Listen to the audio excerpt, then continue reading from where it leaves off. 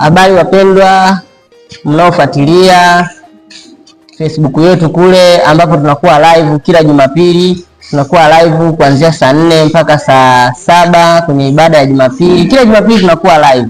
Mimi naitwa Elisha Boazi, ni mwandishi wa habari wa hapa FPCT Mbweni Teta. Leo bwana, kwenye ibada ya Jumapili nilikuwa hapa, nimeshiriki ibada pamoja, ibada ya sikukuu ya wanawake. Nimeshiriki pamoja na wapendwa wanawake, tumeburudika, tumefurahi kabisa. Leo nilimuona mwimbaji mmoja aliyeimba wimbo unaoitwa Yesu Ndiye Mkuu. Niko naye hapa, anaitwa Lazaro Balaam TZ, anapatikana YouTube kule, Instagram, ukienda Facebook utampata, ukienda TikTok unampata. Leo niko naye bwana, nitamuuliza maswali machache sana. Kuwa pamoja nasi kwa dakika chache, nitamuuliza maswali machache sana. Swali la kwanza nitamuuliza kuhusu uimbaji wake, alianzia wapi mpaka sasa amefika wapi, changamoto gani alizipata. Atakuwa nasi hapa, atatuambia ni namna gani amefanya vyote hivyo. Wewe mtufuatilie hapa na Mungu atakubariki sana. Niko naye Lazaro Balaam TZ hapa. Bwana Yesu asifiwe kijana. Amen, amen. Unaendeleaje? Nashukuru Mungu. Habari za huduma? Njema kabisa. Mungu ni mwema kabisa. Bwana, mimi nimekuwa nikikutafuta sana. Nimekuwa nikifuatilia nyimbo yako kule, imenibariki sana. Huduma yako ni nzuri sana. Niseme Mungu akubariki sana. Uko na dada yetu hapa. Dada, habari? Habari za huduma? Nyumbani kule hawajambo? Karibu sana. Leo umependeza sana. Mungu akubariki sana. Kwanza nikuulize, ibada ya leo umeionaje? Imeenda vizuri. Imeenda vizuri sana. Na wewe umefurahi sana kwa sababu leo tulikuwa na ibada ya wanawake na wewe pia ni mwanamke. Kwa namna fulani umeenjoy. Amina, Mungu akubariki sana. Kaka, mimi nimekuwa nikikufuatilia sana kule YouTube, nimekuwa nikisikiliza nyimbo zako, unanibariki sana. Huduma yako ni nzuri sana. Niseme Mungu akubariki sana. Nashukuru sana. Naomba unaweza kutueleza huduma yako kule toka umeanza mpaka sasa, una muda gani toka umeanza huduma yako? Toka nimeanza ni miaka 5 sasa. Na miaka 5 kwenye huduma.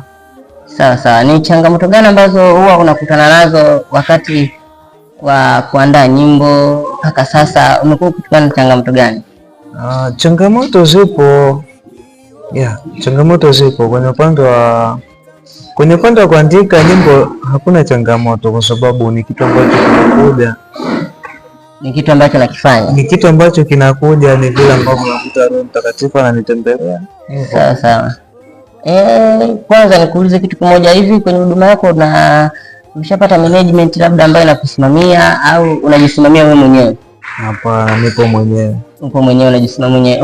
Hongera sana. Sababu ni waimbaji wachache sana ambao wanajisimamia wao na wamefika mbali kama wewe ulivyofika mbali. Ni waimbaji wachache sana ambao wanafanya vitu kama hivyo kwa kujisimamia wao wenyewe. Ni waimbaji wachache sana ambao wanafanya, wameshuti, una nyimbo nyingi sana kule, nimekufuatilia sana na channel yako ni kubwa.